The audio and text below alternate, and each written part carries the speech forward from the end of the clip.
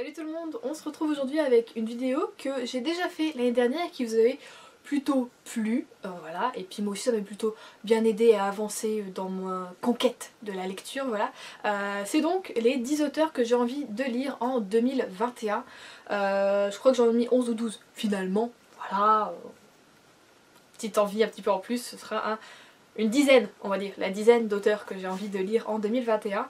Je vous avoue que c'était un peu compliqué de préparer cette vidéo parce qu'en 2020 j'ai vraiment mis les auteurs que je vais lire vraiment depuis un super longtemps et je les ai quand même plutôt lus, ou en tout cas j'ai prévu en tout cas de finir voilà, cette liste cette année, donc je vous les remets pas dedans, ce serait un peu idiot.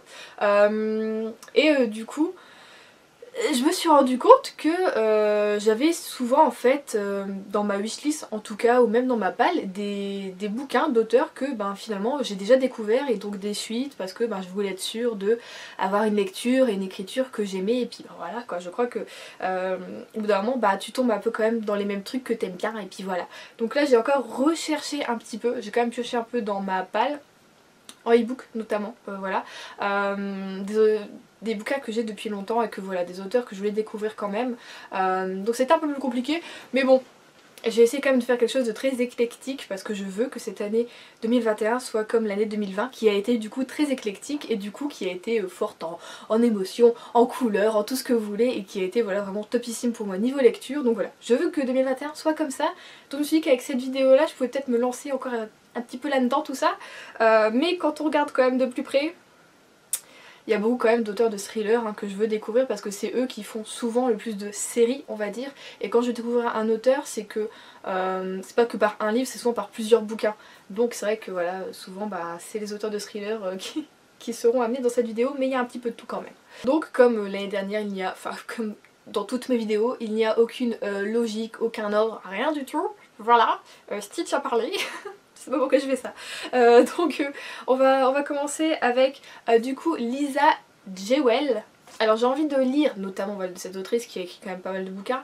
Ils sont chez nous, donc qui est sorti, si je ne me trompe pas, là en début d'année, ou l'année dernière fin d'année. En fait, je connaissais pas du tout cette autrice et en fait c'est Camille donc sur Instagram qui est justement partenaire avec les éditions du bouquin, je sais plus, Hauteville je crois que c'est ça, qui adore déjà cette autrice et qui a lu celui-ci et qui a dit mon dieu c'est vraiment un coup de cœur, celui-ci il est topissime, incroyable, ni nana. Et je me suis dit ah, je trouve que je ne lis pas assez de femmes en thriller, policier ou choses comme ça, et je trouve que voilà par exemple en lisant du Paula Hawkins avec la fille du train, j'ai découvert une autre facette du thriller qui est un peu plus psychologique. Je trouve que voilà, les femmes vont plus dans la psychologie du meurtrier, vous voyez, vraiment du crime, et ça m'a plu. Et du coup 2021 j'ai envie de me lancer un peu plus là-dedans et je me dis que du coup ça peut être une bonne autrice aussi pour partir dans ce type, dans ce type de lecture, et du coup ouais, Camille m'a un peu convaincue de le lire prochainement. Donc voilà, c'est sur ma liste, j'ai envie de découvrir des autrices comme ça cette année. Donc ouais, Lisa Jewell. Après si vous avez d'autres bouquins d'elle, à part voilà ils sont chez nous, à me conseiller, peut-être il faudrait que je commence par un autre ou quoi que ce soit, n'hésitez pas si vous aimez des trucs comme ça à me conseiller un petit peu au cas où. Je prends toujours, vous le savez, ah voilà. Et justement on va rester un peu dans ce type d'autrice voilà, que j'ai envie de découvrir avec Gillian Flynn, et j'aimerais découvrir cette autrice avec Sur ma peau. Je sais qu'elle est plutôt connue pour son bouquin Les Apparences, qui est sorti en 2012 si je me trompe pas, donc ça remonte. Et du coup oui, quand j'ai été un peu chercher voilà, les auteurs que je voudrais lire, c'est vrai que cette couverture Sur ma peau, d'ailleurs qui a changé là, m'a toujours un peu attirée, les résumés également, mais c'est vrai que du coup j'ai été relire, parce que je pense que je l'ai déjà lu, le synopsis du coup des Apparences, et il me fait énormément penser à Gone Girl. Alors je crois pas que ce soit le même truc. Attendez, je vais chercher, je crois. Pourtant j'ai préparé ma vidéo et vous voyez j'ai encore des choses à chercher. So I am stupid because effectivement les apparences c'est le livre qui a inspiré le film Gone Girl que j'ai beaucoup aimé. Je pensais que le livre s'appelait également Gone Girl, et donc c'est pour ça. Bon bah effectivement oui, bah alors j'ai adoré le film vraiment avec du coup Ben Affleck et je ne sais plus le nom de l'actrice, mais justement je pensais pas que c'était celui-ci parce que pour moi je l'ai vu en 2012 ce film, et le livre date de 2012, alors peut-être que bon, la date est peut-être pas bonne au niveau du forum où je suis, je ne sais pas, ou peut-être que moi mon souvenir est erroné, peut-être que je l'ai vu après ça. Écoutez, c'est noté sortie US 2012, ouais, c'est quand même chelou. Du coup forcément je vais pas découvrir cette autrice avec les apparences puisque j'ai vu le film. Et si c'est un peu voilà comme Gone Girl vraiment sur ma peau et tout comme ça, au niveau du truc je pense que ça peut vraiment me plaire. Donc bon je vais me lancer, je vais essayer de partir là-dedans. Ensuite on part dans un tout autre univers, un tout autre genre. J'aimerais, vous savez, depuis quelques temps j'essaye, hein, j'ai un petit peu de mal, voilà, partir dans la fantasy.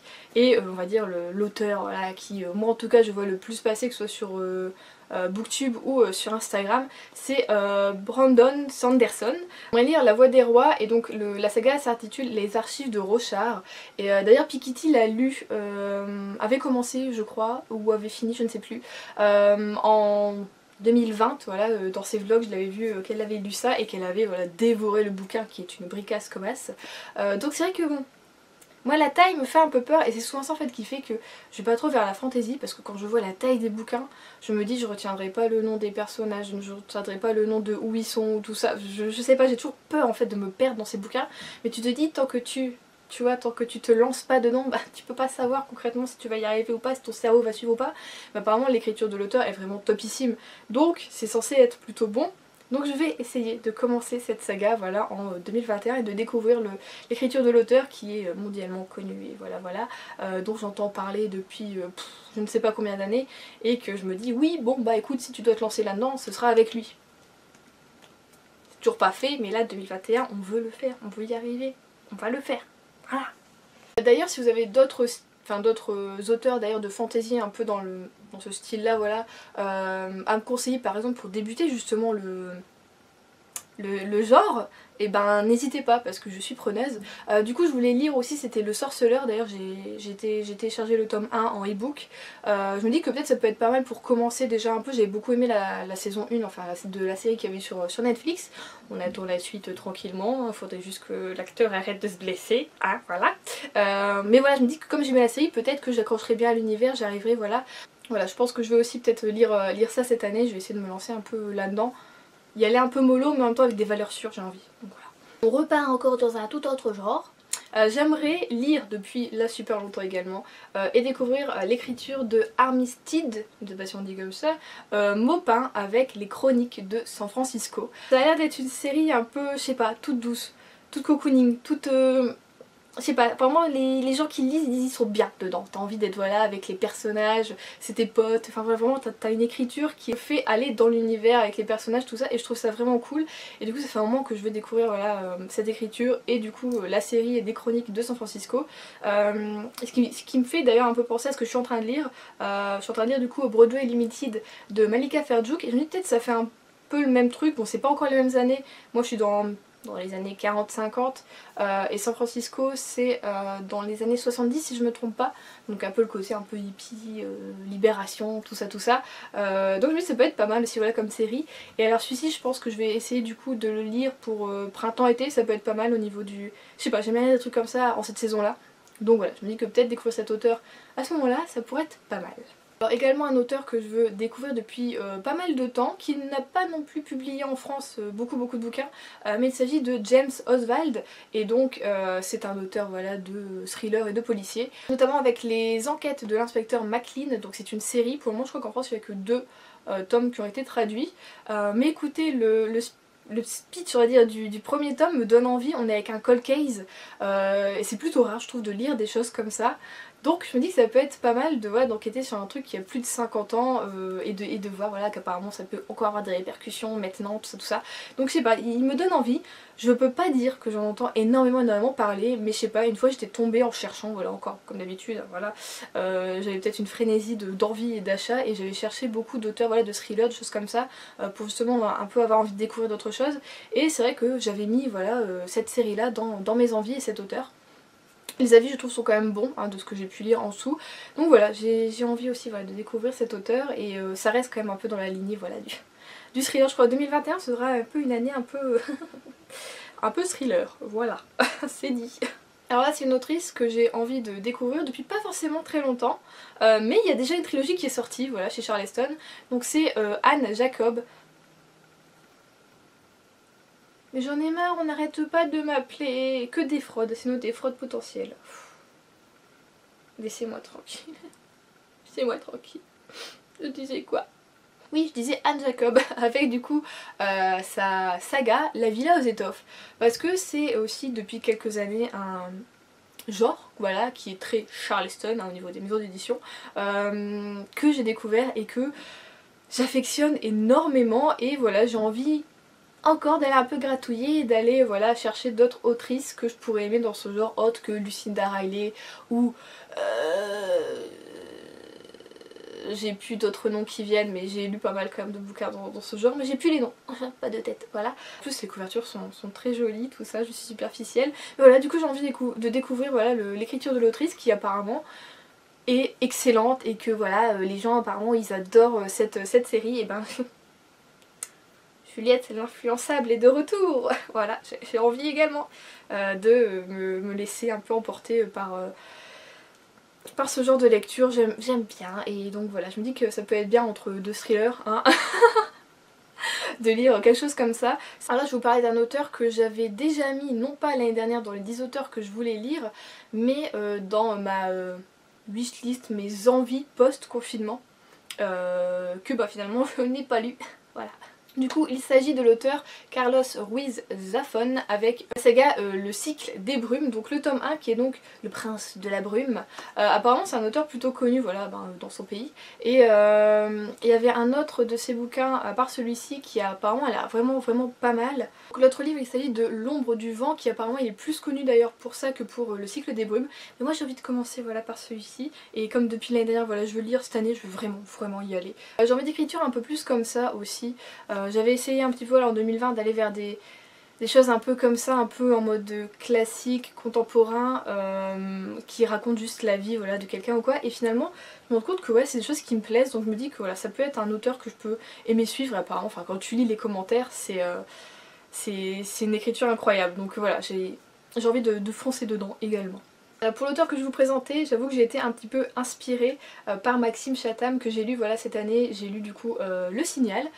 Ouais, enfin, après 2 ans dans ma palle, je l'ai lu et j'ai quand même pas mal aimé. Et je pensais pas que je pouvais voilà, adhérer, on va dire, à ce type de livre qui est donc un livre horrifique. Voilà.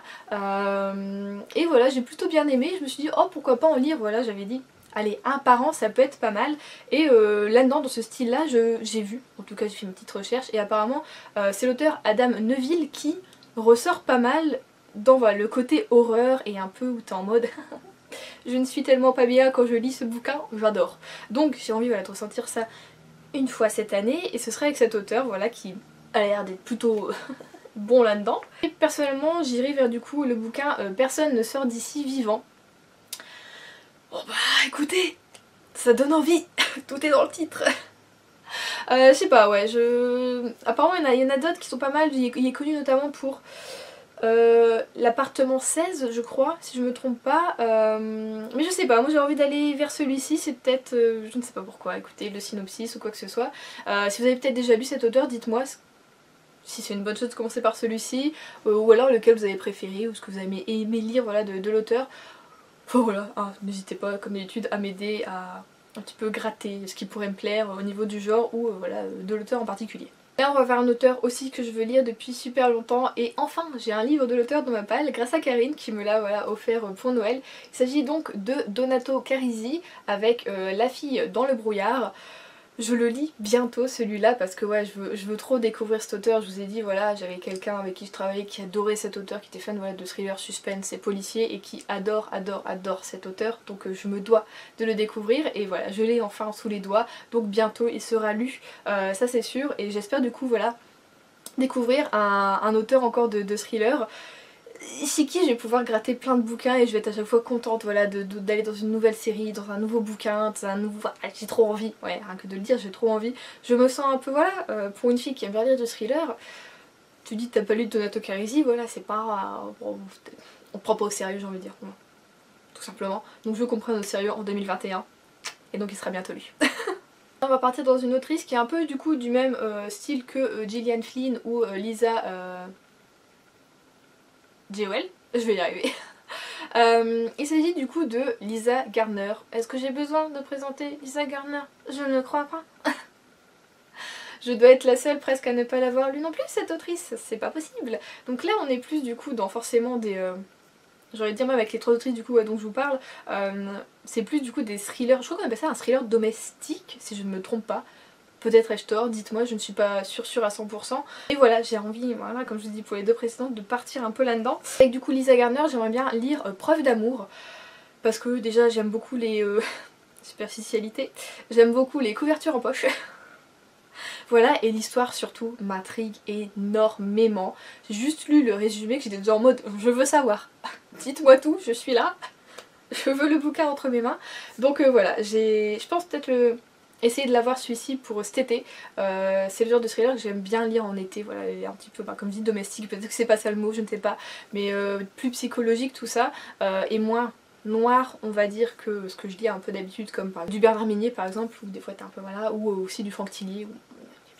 Voilà, là on est plus voilà, avec les victimes et avec les meurtriers, du coup c'est un peu plus, je trouve plus été, que voulez-vous, je ne sais pas, c'est mon ressenti, voilà. Moins de sang et plus de psychologie, c'est l'été. Et on finit du coup avec un auteur plus classique, ça fait des années que je veux le lire et que, Alipa, non Alipa, et que je ne crois pas avoir étudié, enfin en tout cas je n'ai pas souvenir d'avoir étudié ces textes quand j'étais à l'école.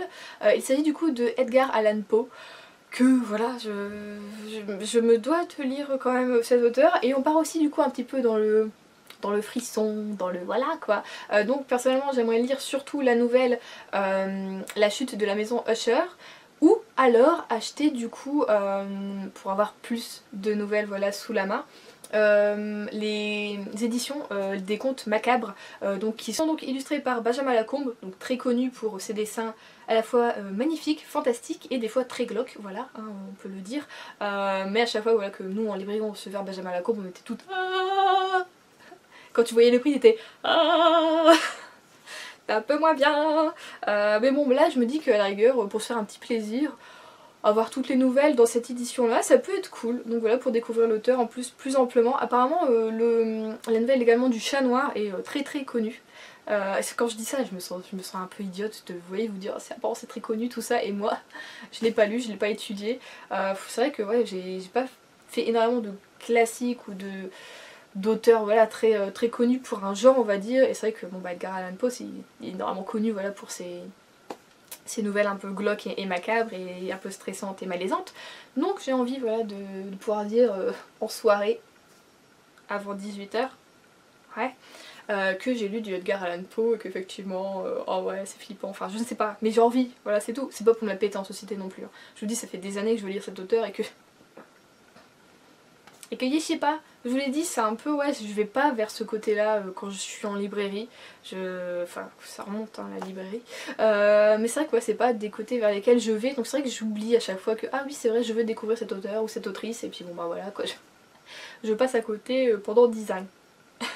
Écoutez, voilà pour les 11 du coup auteurs que je veux découvrir en 2021. J'espère que ce sera fait. Si c'est comme 2020 où j'ai lu la moitié de, voilà, de ce que j'avais vraiment envie de découvrir comme auteur, et que ouais, je continue sur cette année, et ben ce serait plutôt pas mal. Je serais déjà contente voilà, d'en découvrir 5-6. Mon objectif, voilà, lire la moitié. On va voir, parce que j'ai quand même une palle aussi à vider et que dedans j'en ai que 3 qui sont dans ma palle. Donc bon... On va déjà se fixer sur eux et puis on verra après. Mais voilà, je serais hyper contente de pouvoir les découvrir, et c'est quand même assez on va dire éclectique, même si on a une grosse base de thriller et bon bah un peu d'horreur étonnamment. Mais du coup oui, tout ce qui va être horreur, j'aimerais bien du coup les garder, bon même si je suis pas très Halloween ou quoi, je me dis oh pour septembre-octobre, ça peut être pas mal de lire des choses comme ça. C'est vrai que Signal je l'avais lu en septembre et du coup où t'avais un peu l'atmosphère qui commençait à se noircir dehors, ça allait bien avec, voilà, j'aimais bien. Donc je me dis peut-être les garder, voilà, le Edgar Allan Poe et le Adam Neville par exemple pour ce mois-là, ça pourrait être bien.